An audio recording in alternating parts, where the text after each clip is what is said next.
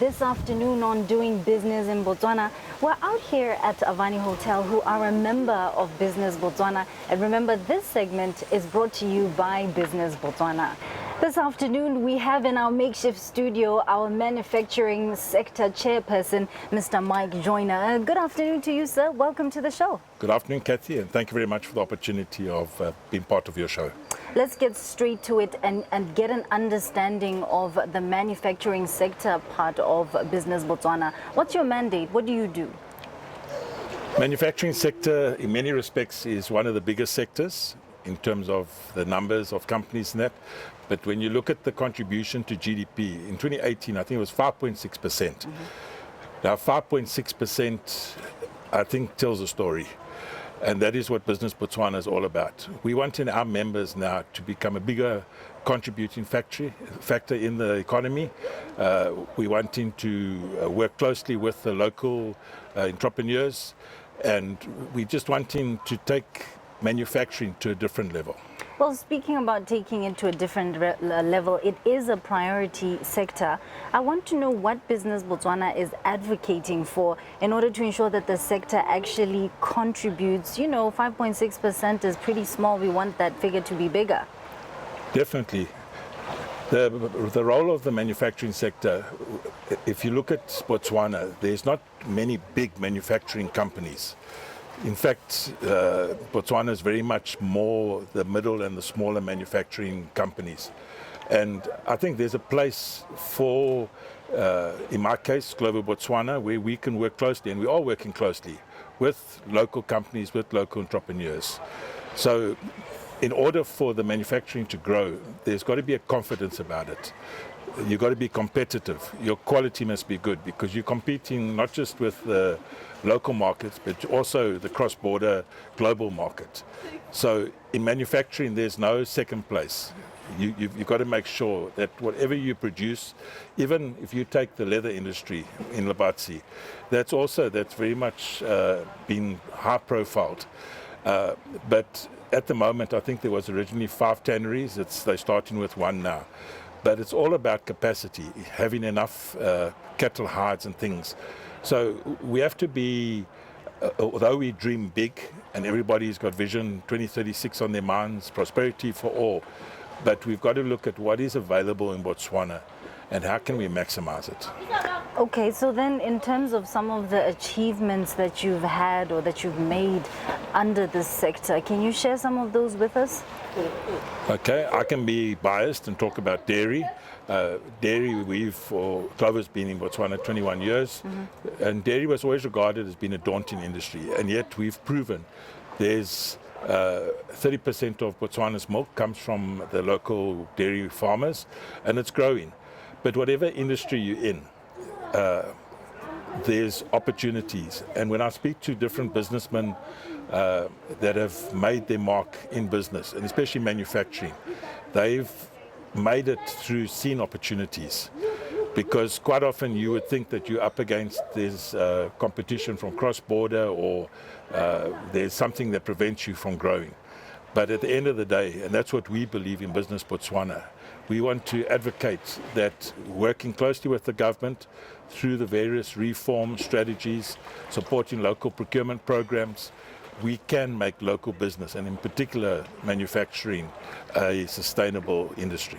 I believe that this is an industry that is, fairly challenged in Botswana. When you talk capacity, when you talk the market itself, time and again, those are the issues brought to the table. What's your take on them? What are some of the issues that you think are, a bit challenging with regards to manufacturing in Botswana?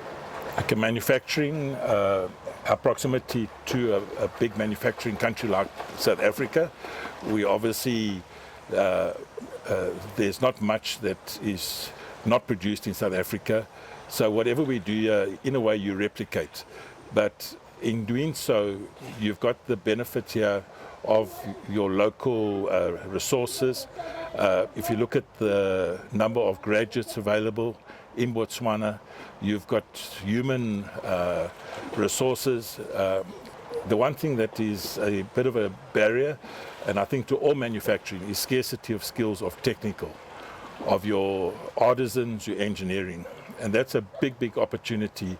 And what we're trying to do through Business Botswana is to encourage the establishment of apprentice schools that will deliver those local citizens with the right skills. When we talk about, delivery year in and year out, government talks about reducing our import bill, and I believe that's where then we're expecting the manufacturing industry to increase their delivery to us. What are you as a sector doing to ensure that the local industry is actually protected or capacitated enough to be able to assist with that so we can reduce the import bill? There's a lot of things that are already in place. I know with dairy, the importation of long life milk, there is the importation protection scheme for the infancy protection to allow the local dairy processors to get on their feet and to be able to compete with cross-border imports. Bottling in August last year, the border was closed for the importation of natural and mineral water, which has been a very important factor, because now the local water bottlers are able to compete in their own backyard and not have to worry about products coming across the border. So it's important to have protection. It can be one of two things. It can empower you, but it must be seen as a short term. You mustn't depend on it, because that is, and where companies fail, it could be a case, and I'm not saying that it is a case, but it could be a case of where in the initial phase they've been supported, and as soon as they're expected to stand on their own feet, if there's the withdrawal of any protection or reservation of sectors, then they find that they can't survive. So that's very important on the one side. The other is where the entrepreneurs and the SMEs, where they get the funding through CEDA, LEA, and they are able to establish themselves. But the most important thing is, and that's where Business Botswana, we are saying to the likes of CEDA and to LEA, you must be able to almost mentor. Yeah. It's no good. It's like giving someone a fishing rod and expecting them to catch fish. If there's no water in the dam, you're not going to catch fish. So that's where, with the various role players, if we work together, we can definitely, but you can't expect someone to be able to survive if they are not allowed to grow and to develop in their own time. Let's talk about some of the aspirations, especially with manufacturing. You're talking about growing and developing, which is what we want to do. Yeah. But with regards to the manufacturing sector within Business Botswana, what are some of your aspirations going forward? Okay, within this year, I've been chairman now for just short of a year. And what we've done is, and that through the CEO and president of Business Botswana, we've relaunched the manufacturing sector.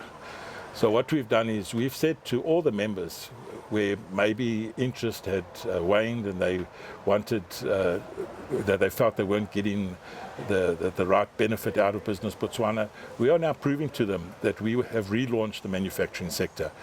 We are aggressive in recruiting new members, and at the first relaunch meeting, which was on the 19th of February, the turnout was excellent. We were really impressed, and we will be shortly having the next quarterly meeting, and we know that the attendance will continue to grow, and we're bringing on people that add value to the meetings, for instance from BPC, because the electricity is an issue together with water in manufacturing. So we are bringing the BPC official spokespersons to the meetings so that they can interact with the manufacturing sector members. So making it more valuable and so that they effective. can, so that we can build a relationship between the manufacturing sector and the big role players, be it BPC, water utilities. Because in manufacturing, without electricity and water, you're not going to go anywhere. Yeah. Mike Joyner is the sector chair from BB Botswana. Thank you so much for joining us this afternoon. It's a pleasure. Thank you for the opportunity. We'll be back again next week. Remember that Doing Business in Botswana is brought to you by Business Botswana. See you again next week.